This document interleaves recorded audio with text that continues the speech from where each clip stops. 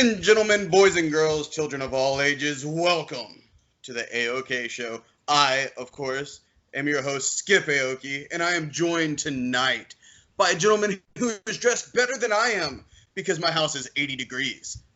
He is Micheal Darkhart. Micheal, how are you doing? Very, very well. I'm hanging in there with the whole pandemic. Yeah, dude. Man, I'm delightful. I like to talk to people that dress better than me, and holy cow, you've got the green mixed with the gray. It's perfect with that tie thrown in there. I can't do it right now, man. I've got my fan on. I've got it as cold as it'll get, but my AC don't pump very, very hard right now, and it's hard for me to wear all these suits. I totally understand. I mean, this is more like a fall selection, but, Yeah. I was born in Halloween anyway, so it kind of just works out for me. You were born on Halloween. I was born on Halloween. That is awesome. October babies represent October 8th. Oh, yeah. Nice. Did not know that. That's cool. So if anybody wants to send me presents for my birthday, hit me in the messages. I'll let you know, a P.O. box or something. So, all right. So, Micheal, I know a little bit about you. We actually met at DreamCon 2018, and we've been pretty cool ever since. I've seen you at a couple different shows, but some of my fans may not know. So introduce yourself. Tell us about yourself. Oh, my name is Micheal Darkhart. I grew up in Northern Virginia. I didn't actually start getting into wrestling as far as actually wrestling until 2009. I moved to Florida, Pensacola. Somebody was I heard there was a local independent show going on. And, I didn't know that was a thing. Of course, I watched it on TV. I followed, the whole WWE, WCW, Attitude Era, that whole thing. But I never knew there was a such thing as the independents. So when I went and was living in Florida, I just came across a flyer one day, and I was just like, okay, let me go check this out. And sure enough, that's just kind of how I fell into it.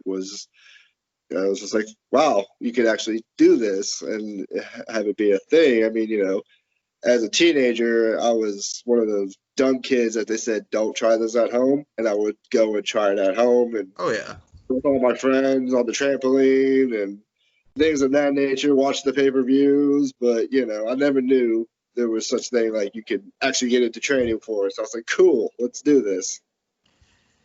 Yeah, that's how I was.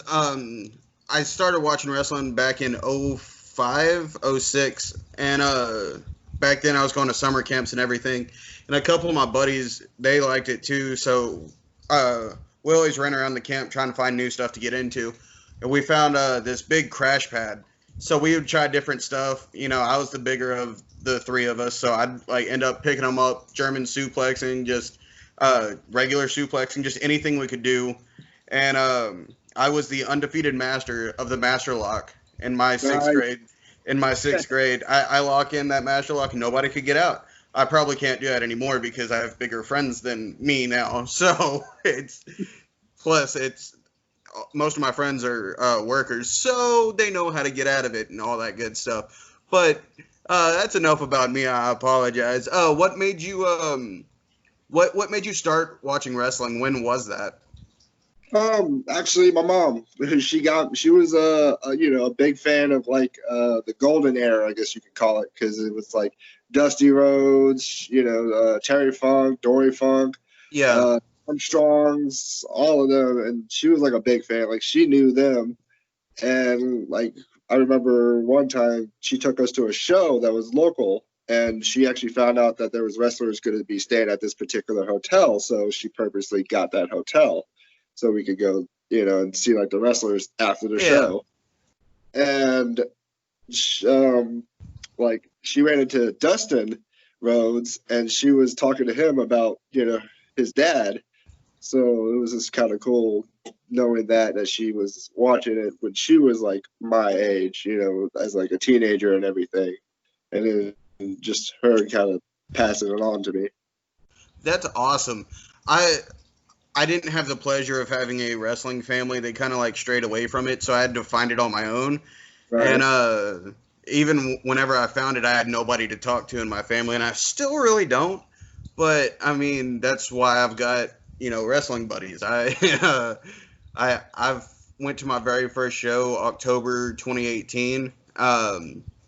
The promotion I don't believe is running anymore, but I went to that with my girlfriend and my best friend, my brother, and we had a blast. And I started keeping up with the promotion and watching everybody, and they eventually had me come on and do commentary and everything.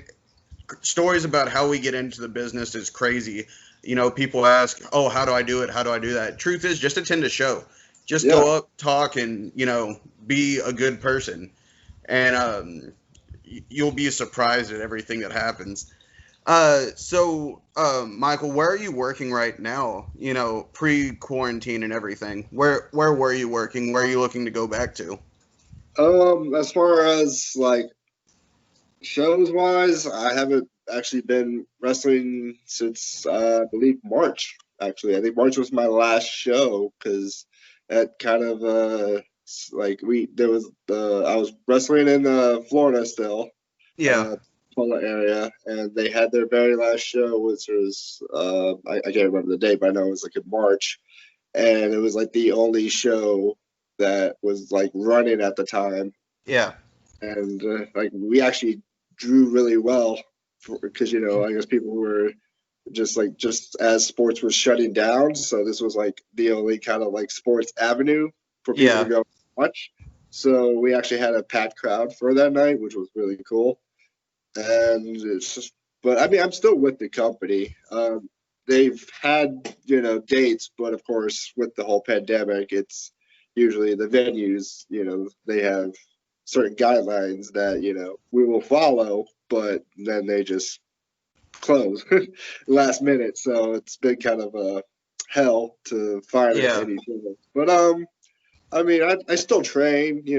I'll stay active. Like I do various workouts from CrossFit to I'll find like a F45. I don't know if you've heard of that. It's there's like a 9 round. It's like kickboxing and things like that. So Okay, I'm just do various different workouts just to kind of stay limber and not because once you get back in the ring and you start bumping, it's like, oh my god, I feel like I haven't done this in like years because your body's not right. used to it. So anything just to kind of stay limber is what I'm doing right now. Exactly. Now, you mentioned kickboxing. Are you trained in any martial arts? In Florida, I did it's called a Persian kickboxing. It was I don't remember what kind it was, but the guy, his name is Master Safaku. He was Mm-hmm. like really like it kind of reminds me of like Mr. Miyagi. Like a lot of Yeah. his like stuff that he would teach was more defensive and not like engage. So it was like wait on your attacker, that type of thing, and then react. Like he even like a lot of his like methods was he had this thing called log training where you would actually lift with logs instead of actual weights, which was really cool. So That's pretty awesome. yeah, like I and that was like I never heard of that too until like I moved to Florida. So like, I learned a lot of cool things when I moved to Florida. Now, are you currently in Florida? No, I'm actually in Houston, Texas right now. Okay, so you're back in Texas. Right, What yeah. part of Houston? Um, I'm like maybe 20 minutes outside the city. Okay, I got you. I used to live down there for a couple months, closer to the Galveston area. I was Okay. probably 45 minutes away from Galveston on the south side. That's Yeah, awesome, man. I've been to Galveston. Galveston is a very pathetic beach. My girlfriend and I were just discussing that yesterday, which beaches were better, and she's from that area, so she was saying Galveston, and then I was like, I think there's better ones. There Uh, are. There really the are. I'm sorry, Galveston, but yeah. even before the whole oil spill, you still wasn't that great. Yeah, I think it's the beaches. The beaches were just too rocky for me. I've got really sensitive feet, so. Right. But oh, pardon me. With you being in the business for so long, what are some of your accolades, greatest achievements that you've done? Well, I've wrestled in about 15 different states. That's awesome. Sounds about right. Sounds about right. I could be embellishing there, but I haven't actually traveled outside the country and wrestled. I've wrestled in Kelowna, British Columbia, which Mm-hmm. is on the west end of Canada, and then I've also wrestled in Newfoundland, which is That's also cool. yeah, and like it was weird too because like a lot of people were like, most people don't really want to come to Newfoundland, and I'm just like, like I saw like a clip on like either on Facebook or just YouTube or whatever, and like they had a huge crowd, and I was like, Mm-hmm. man, this promotion, it's like like every show that I saw, like they had like really big crowds. I was like, why not go there? Because a lot of people from Texas, you will notice, will either go to like Japan, Mexico, Yeah. places like that. So I was like, no one's going to Canada. I'm gonna go to Canada. So that's kind of like where that came. And it was like, why not? Just Yeah. shoot and see what happens. And luckily enough, there I went. Well, yeah, Kelowna was first, and then I was told them about that trip, and they're like, "Cool, come over here." And I was like, "Do it." So yeah, that was my biggest accolade thus far, is actually being able to go and wrestling in another country. That was cool. That is really awesome. Now we all know about the Canadian wrestlers, all the greats. I mean, Christian, Edge, the Hart family, but not a lot of people from Newfoundland. Right. So what's the wrestling style like over there? Is it what like if you could compare it to other wrestling styles? I mean, like the promotion that I was with, it was like one of like only two promotions that were there. Yeah. So a lot of the fans were used to watching like a lot of the old school wrestling. So, like the catch as catch, holds, things of that nature. They're not too fond of like the whole like fast pace and things, or like the Okay. neutral. So, like real like grappling, Slow down technical, chain wrestling. Yeah. yeah, telling a That's pretty awesome. story. And that's always like been like my biggest strength, is telling a story, because, cool, you could do backflips, front flips, side flips, this many rolls, but what does that mean? Right. If you could get in there and actually convey that you're in a struggle, that, to me is a lot more than, some guy that could do six flips and land on his feet. Yeah, yeah, of course. Still Now, cool. Don't get me wrong. It's still cool that people could do that, but I'm just like, why? right. I like a bunch of different stuff. For people that aren't a big fan of wrestling, like they're like, oh, it's not real, blah blah blah. I try to get them involved with the jumping, the flips, the all that technique, because then they're like, oh, this is really cool. How do you do that? Then they focus more on the athletic. But if it's people that are like invested in the stories, then I'm like, here, watch this, and I'll show them a more technical, slowed down match that Yeah. really tugs at your heartstrings. So there's different types of wrestling, but that's awesome And that people, always like to, say like, oh, it's like stage and everything. I'm like, yeah, so is going to a movie. You don't go watch a it's Marvel movie just to see the Avengers lose every single fight. I mean, what's the point of going to watch a movie then? You right. go because it's something that you can actually be interactive with. I mean, when's the last time you went to a movie and saw somebody get pissed off and like do popcorn at the screen? You can't do that because they'll throw you out the movie. So if you go and do that at a live wrestling event, other people will be like, hey, that guy threw popcorn at that guy. I want those popcorn too. So that's, the greatest thing about wrestling, is that, you could be a part of the show and not even know it. Yeah. Now, going back to the 90s, you said throwing popcorn. You remember that time all them chairs were thrown into the ring? Oh my God. That was That just let's ECW, man. They are on a whole. I think that's kind of like where we are with today, because of ECW. You see all these like, I'm going to steal Cornette's little catchphrase, mud show wrestling promotions, but like CZW. I mean, I get it. You know, there's always, you know, different flavors of ice cream, but you know, there's like, why? Why do you have to Right. with a light tube? Like, ooh, what's the point of that? And that's another type of wrestling. If I know the person and they're like, "Oh, it's fake," then I'll say, "Hey, how could you fake this?" And then they're Right? like, "Oh, okay." So I mean, Yeah. there's something for everyone in wrestling, and that's what I love about it. It's so much fun. Now, you were telling me earlier before we even got started that you're a huge sports fan, but with all this shutdown and everything, what are you doing to like keep yourself entertained? A lot of video games. What video games are you playing right now? I mean, you know, like I said, if I'm a big storyteller, then you know, I get into stuff like I've gotten to like Zelda in the past, when that ever came out for the new Nintendo Switch. I played that like religiously until I finally beat it. Right now, I'm still stuck on not Legend of Zelda, but Final Fantasy VII, the remake. Okay. I'm currently going through that. I'll probably beat it by the end of the year, maybe. Who knows? But yeah, you know, I'll just staying active, working, going to the gym, and then just studying tapes. You know, Yeah. watching different kinds of wrestling. I mean, you got AEW, you got WWE. Impact is kind of coming back a little bit.